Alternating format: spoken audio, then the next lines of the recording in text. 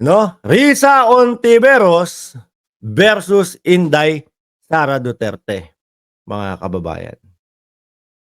Sabi dito ni Senator Risa Ontiveros, habang si VP Sara ay nasa kapangyarihan, the threat of a full-blown Duterte comeback is still very real and present danger. Yan daw po, mga bossing.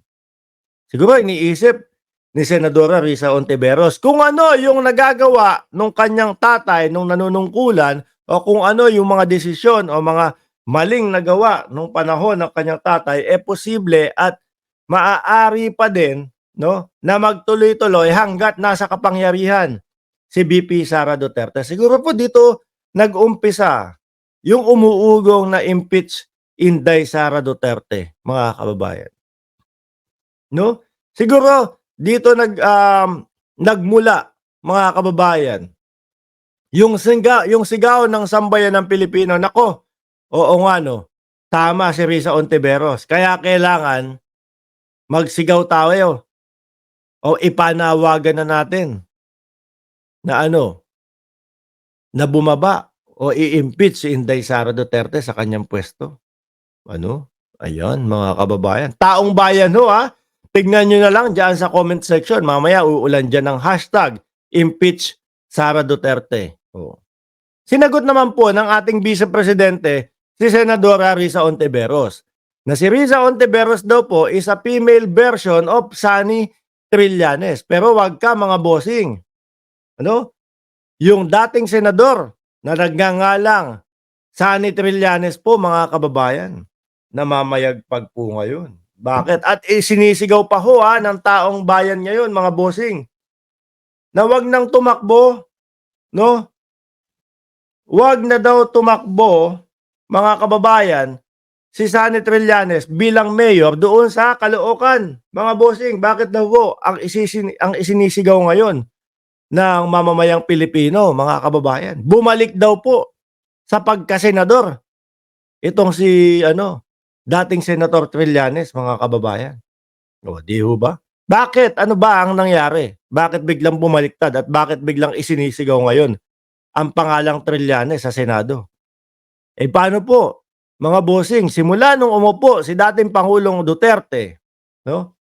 Medyo mainit na yan, dalawa na yan Yan dalawa na yan, nagbabangayan na, no? Tayong taong bayan, nandoon, bulag tayo kay Duterte, mga bossing.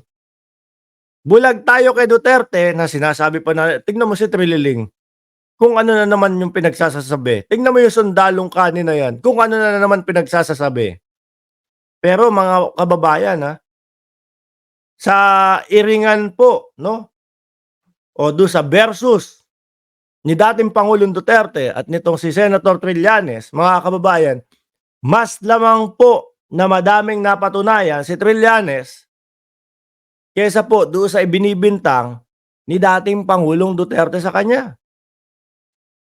Kung papakinggan nyo po at titingnan nyo, mga kababayan, at i-analyze natin, mga bossing, yan dalawang yan, kumbaga, nagbatuhan ng issue na, sino ang nagbenta ng West Philippine Sea? Ayan. Sabi ni Duterte, ilang beses nag-backdoor si Trillanes, no, para ibenta ang West Philippine Sea. Ganun daw po. Kaya nga nagkaroon ng kasuhan no? Kaya nga po merong mga kasong sinampahan po ang dating senador. Tapos mamukat-mukat natin pagkatapos ho ng panunungkulan ng dating Pangulong Duterte, mga kababayan.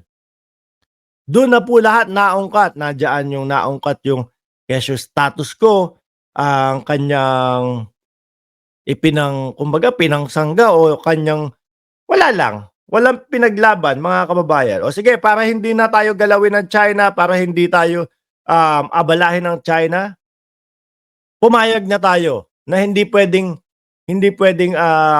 i-repair yung BRP Sierra Madre.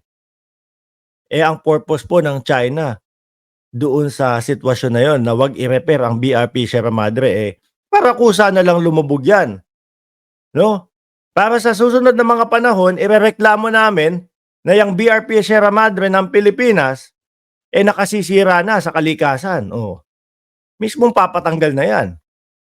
Ganun po. Kaso hindi inasikaso ng dating Pangulong Duterte, mga kababayan. Bakit ho? Hindi natin alam. Baka maganda ang usapan nila ni Xi Jinping. So ngayon mga kababayan, kaya naman, etong si dating Senador Trillanes, sinisigaw ulit ng taong bayan. Ikaw pala yung totoo. Ikaw pala yung nagsasabi ng katotohanan. Biruin nyo yung nasabi sa atin, panahon ng eleksyon. Maglalagay ako ng bandila dyan gamit ang jet ski. Wala naman mga kababayan. Wala naman nangyaring ganun. Hindi ho natin naramdaman na ipinagtanggol yung West Philippine Sea. Tubig nga lang daw po kasi yun. Diba? Tubig lang daw yun. Tapos yung naipanalo sa UNCLOS, mga kababayan, papel lang daw po kasi yun. Di ho ba? Ako, naniniwala ako dito sa sinabi ni BP Sara na si Risa Hontiveros is a female version of Sunny Trillanes. Naniniwala naman ako kasi kung makita ho natin mga kababayan, tingnan nyo po. Sa Senado, sino namamayagpag ngayon, mga bossing? Yung sa mga pogo-pogo na yan, sino ang nanguna? Kasama ni Senator Sherwin Gatchalian. Senadora Risa Hontiveros. Di ho ba? Mga kababayan, Kaya nga isinisigaw ng taong bayan, more. Mas kailangan natin yung mga investigasyon na kagaya nung ginagawa ni Risa Hontiveros kesa doon sa ginagawang mga anak ng tinapang hearing ni Bato de la Rosa, Robin Padilla. Anong klaseng mga hearing yun? Di ho ba? Nag-aksaya lang ng pera ng taong bayan yung mga hearing nila. Etong kay Senadora Risa Hontiveros, tignan nyo naman po, ang daming nadidiskubre. Simula po dyan sa mga pogo, sa mga illegal na mga ginagawa po sa loob ng pogo, hanggang sa may natuklasan na may mayor na isang Chinese. Nakita nyo ho yun, mga kababayan? Kung ikukumpara natin etong dalawang senador na ito, yung isa dating senador at ito naman ngayon po Senador Risa Hontiveros, sa pinaggagawa po ng mga hearing at trabaho ng mga Duterte na mga senador, sisiw na sisiw sila, mga kababayan. Di ho ba? Sabi ni Ratsada, extend 30 years, PBB. Naku, madaming magagalit sa atin yan, sir. Mga ilang porsyento po, no? Madaming mga DDS na magagalit dyan kapag kaganyan. Kasi kailangan ang leader, dapat si Duterte lang. No? Hindi uubra sa kanila yung leader o hindi sila okay doon sa leader na hindi nagmumura. Kailangan may PI laging kasama. Dahil daw po yun ang katapangan. Tama ba ako? Para po sa mga DDS, ang isang matapang na presidente kailangan nag-PPI. Pero kapag po pagdating po sa West Philippine Sea, mga kababayan, nako, status quo na lang para hindi tayo guluhin ng China. Di ho ba, mga kababayan? Nakakatakot po Saka lalo na kapag narinig nyo yung mga sinasabi ni Las Cañas, mga utos sa kanya, ni dating Pangulong Duterte, kung totoo yun, nakakatakot po talaga mga kababayan. Kasama si Bato de la Rosa daw at pangalan nito, si Bungo. Si Bungo meron pang safe house para sa kanya. Ano gagawin? Yayariin daw po si dating Senador Trillanes sa pamamagitan ng rumaragasang 10-wheeler truck. Kaya siguro naman nasabi ng ating Senadora Risa Hontiveros, no?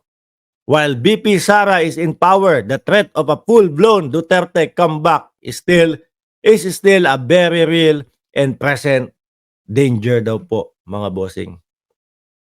Ayan. Eh, hangga't nasa posisyon daw. Kaya siguro ang taong bayan nagsumigaw ho, no? Nagsigawan ng impeach Sara Duterte, mga bossing.